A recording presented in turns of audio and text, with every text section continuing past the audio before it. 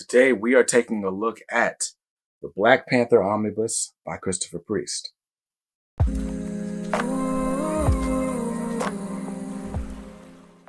What's up, guys? BJ Kicks here. I buy comics, I read them, and I review them, all for your viewing pleasure. If you're new here, welcome. If not, welcome back. Today we are taking a look at this very long-awaited Black Panther Omnibus by Christopher Priest. Now, this is the run that redefined Black Panther. This is the run that Black Panther stands tell you to read when you're trying to get into Black Panther. And we'll talk about the contents of it in a minute.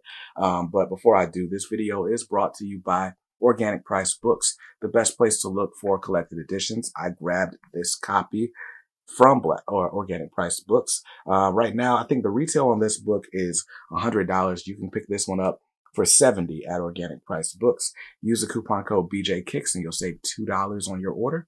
Or if you're grabbing 3 books or more, maybe you want to grab this and the recently released Venom Omnibus and the Superman Birthright Deluxe Edition that comes out this week, well, you can place orders of 3 books or more and use the code BJKicks, ship it together. And you'll save 5% on that collective order. It'll all arrive in one nice, neat package. So without further ado, let's get into this book because it is amazing.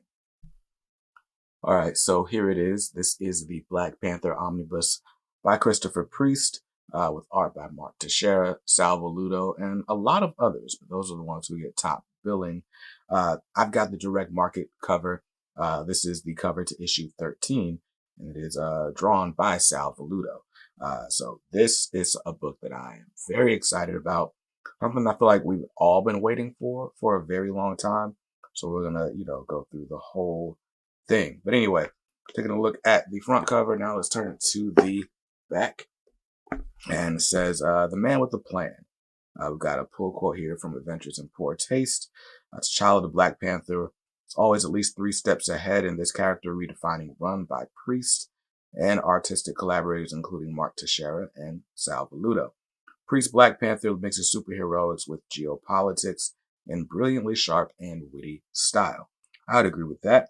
And here we have a cover gallery. So this is everything this book collects, including Black Panther issues 1 through 33 from 1998, Deadpool from 1997, issue number 44, and material from Marvel Double Shot, issue number 2.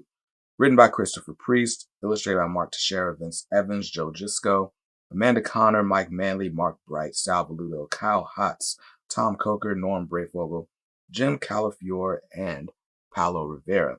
Definitely lots of people in this book. Fun fact, issue number 6, they put in the cover gallery twice. I just thought that was funny. But anyway, the book has a cover price of $100 in the United States, $125 if you're in Canada. You already know I grabbed this from Organic Price Books for a lot less. So underneath the dust jacket here, we've got this really dope image of T'Challa. This looks like Mark Teixeira art. And on the back, also, this is actually the White Wolf and his army. Let's look. Of course, it's a wraparound image, and I should have been looking at the whole thing. So very cool. I like this hardcover artwork.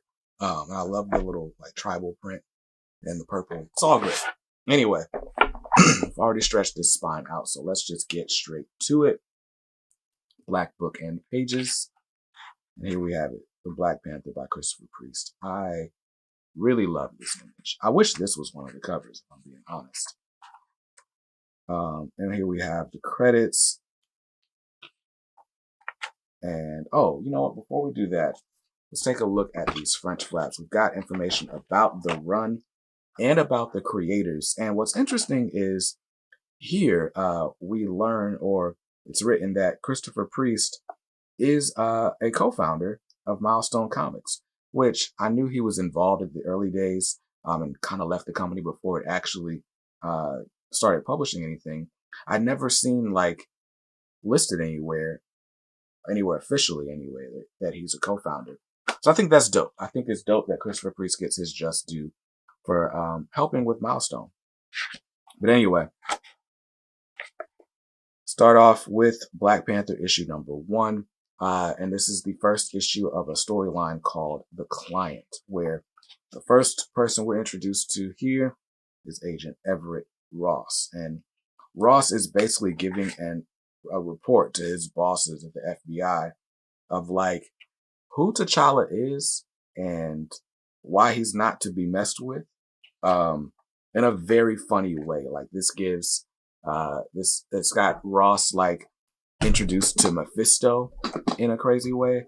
There's like a gag where he's losing his pants, and Ross is like our ride along character. This Christopher Priest run is part of the Marvel Knights Initiative. So back in like '98, Marvel decided to do something, edgy. Let's like do some darker titles. Let's do some stuff that, pushes the boundaries of what's appropriate in comics a little bit. Of course, nothing ever too crazy, but this is before the days where Disney owned Marvel. And so there is a little bit, we're allowed to get a little bit darker. And obviously we have Mephisto, who's like literally the devil. But anyway, Marvel Knights Initiative, basically like they told a bunch of creators, hey, do whatever you want. And Christopher Priest, who didn't really want to write Black Panther, was like, well, if I can do whatever I want, then sure, let's do it. Let's do exactly what I want. And so Priest gives us like a really interesting world here, right? Like we've got, over the years, we've had T'Challa like in Wakanda, and we've had T'Challa on the Avengers and teaming up with various Marvel heroes. But here, Priest really like just establishes that T'Challa is like that dude. Like T'Challa is a lot like Batman, really. He's like Marvel's Batman, especially in this run. He's cocksure, he's confident, he's always a few steps ahead.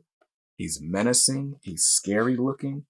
Like much like in the Tim Sale Batman run, Jeff Loeb and Tim Sale, every time you see Batman come up onto the frame, he's like the scariest dude in the book.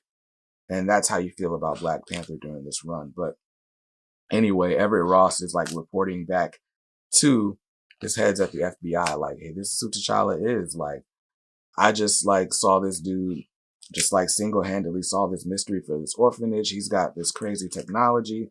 The literal devil tried to like trick him, and he like got over on the devil. Like this dude is not to be messed with. See, this is him like explaining, like he decked him, like he punched the devil in the face. So it's really cool. And just to be completely honest with you, all I've read of this run is, or at least in full, is the first 6 issues, the Client story arc. And I get like a lot of people are like, okay, what's the best place to jump into Black Panther? And a lot of people will tell you that this Christopher Priest run is that. And I would kind of disagree. Like if I'm comparing the first 6 issues of this run to the first 6 issues of Reggie Hudlin's run, I think Reggie Hudlin wins like hands down, just as far as conventional action comic. Let's introduce who everybody is. Let's introduce why they're here. And then let's jump straight into some action. This Christopher Priest run, much like Christopher Priest writing in general, is a bit more heady. It's not quite Grant Morrison heady, where it's like you don't understand what's happening. But this book plays with geopolitics. This book plays with, I said geopolitics, but like, there's the whole idea of like a coup in Wakanda. People taking advantage of Wakanda's weakened state when T'Challa is off in New York City dealing with, American issues. But it's also, we're introduced here to the Dora Milaje, which if you watch the Black Panther films, then the Dora Milaje are like just this super, bad A warrior tribe. But in this book, they are that, like they still serve at the pleasure of the king, and they're like, fighters and defenders and protectors of Black Panther, like his like bodyguards, but they're also wives in training. right? And there's even like a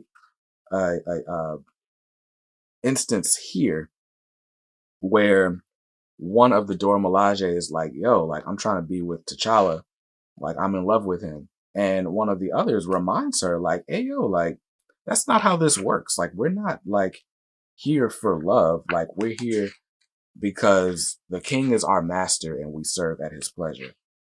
So definitely some stuff that's been reworked since, and probably some stuff that would maybe be considered problematic in today's world. But again, like this really is introducing us to the idea that Black Panther is not just some dude to get beat up on every 3 issues. Like he's royalty.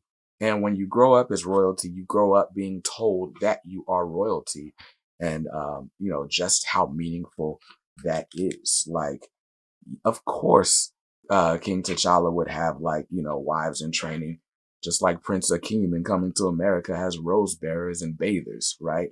Of course, T'Challa should be a few steps ahead and be able to call out. It's issue 13, by the way. This is the Great Market cover. But of course, T'Challa should be able to call out like when someone's plotting against him and be able to protect himself from that. This book also does show like Killmonger coming back trying to take Wakanda's crown. But yeah, so of course, T'Challa should be one of the biggest and baddest names in the Marvel universe, right? Kind of the same way we respect Namor, we should respect T'Challa. And Christopher Priest brings back T'Challa's respect, or really gives him his respect, gives him his props. And this run, I think, is lauded because of that. Priest stayed on this title for 5 years? This full run is about 64 issues long. And, he does a lot with his time. And like I said, I've only read, a small portion of it, which is why I'm so excited that this omnibus finally got printed so I can just read it all in one sitting. Good to know, by the way. Oh, I love this. This is a homage to the original Jungle Action series, which was the first ongoing series that T'Challa starred in. But yeah, I'm excited to be able to read this. But it's important to note that this book only covers the first half of the Priest run. Gotta love this. This is such a throwback to the original appearance of Killmonger. By the way, I think a lot of people will try out this series and they'll try out that first trade, The Client. And I think to some, Mark Teixeira's artwork can be off-putting. It really just depends on what your style is. Like if you like stuff like Joe Jusko or Alex Ross, I think the Mark Teixeira artwork is just fine. Sorry, the camera cut off. But anyway, so if you're a fan of like Alex Ross, Joe Jusko, I think Mark Teixeira's art is great. But, the combination of like the slower story, the fact that Mephisto makes an appearance in the first story arc, I think there's a lot working against the first 6 issues of this series. But by the time you get really deep into this omnibus, we've got art by Kyle Hotz. We've got art by Sal Voluto, who we're looking at now. We've got art by Mike Manley. There's art by Amanda Connor. So there's a lot of the, so-called traditional comic art that you'll discover in this volume. Ooh, Black Panther and Moon Knight team up. Always love that. And yeah, man, I guess some other criticisms of the Priest run and why this may not be the easiest for you to get into. A lot of time Priest storytelling is non-linear, at least to start. I'm currently reading Priest's indie series, Quantum and Woody, that he did for Acclaim, which I believe became Valiant later on. And I think the non-linear storytelling is cool in that it makes things not so cut and dry. But if you're not used to it, it can just be confusing because Priest likes to set up he'll just do like a big block of black and it's like, okay, time jump, right? And you're like, okay, what's going on? And it can take you the course of 3 or 4 issues to get, 1 issue of an origin story But because it's nonlinear, you're telling the origin at the same time at the same time as you're telling like the present day, and it all comes together. But my point is, with Priest writing, this is the same for his Deathstroke run, and a lot of the stuff he's done since, even his current Black Adam series at DC Comics. Um, it can take 3, 4, 5 issues for a story to come together. But I think doing it non-linearly really keeps you hooked in as a reader. But it's not everybody's bag. Priest definitely has priest-isms. So one being the non-linear storytelling, another being like race-based humor, which, I think is fun. I mean, if you like Dave Chappelle, I think you'll like Christopher Priest. It's not like raunchy, but it does play with your, what's the word I want to use? Prejudices, your predispositions, to or about a character, presuppositions even. And we got Black Panther and Storm. So I think Priest as a writer is just underrated and really dope. The fact that Priest is one of the first, or excuse me, the first full-time editor at both Marvel and DC speaks to his ability. Speaks to just how good he was, even in an era where, it wasn't, people weren't hiring like black people to do things, but they had Priest editing Spider-Man comics, like of all things, right? So I think that's cool. And I don't know. We've gotten to the point of the omnibus where I haven't read this far, so I'm just sitting here talking, filling up time. Black Panther versus Namor. Let's hurry this along a little bit. So I hope though that during this overview, I've convinced you to give this book a try. Obviously, you can grab it at Organic Price Books, our channel sponsor. It's about, I think it's a $70 book. And you can use my code BJKicks to save even more on that. So that's that. That's cool.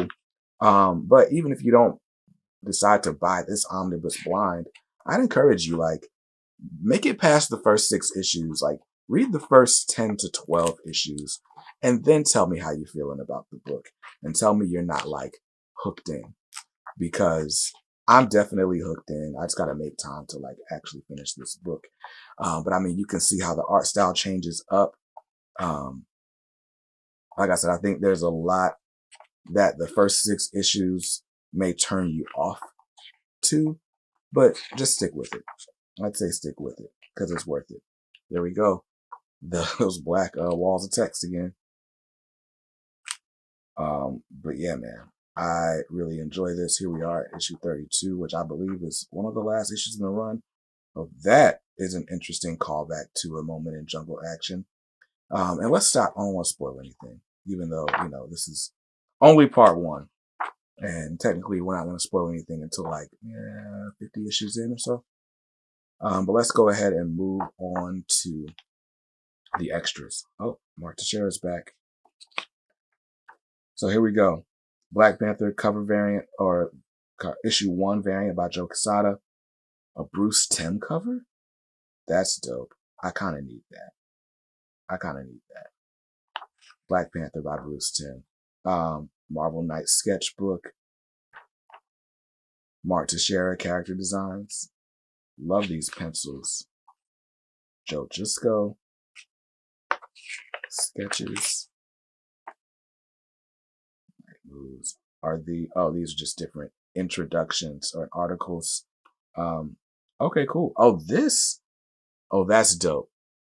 So the story thus far, this is a blog post, or it was originally a blog post on Christopher Priest's website, talking about how his time on Black Panther started, what his goals were, and the fact that he thought he was going to get fired at all points on this book.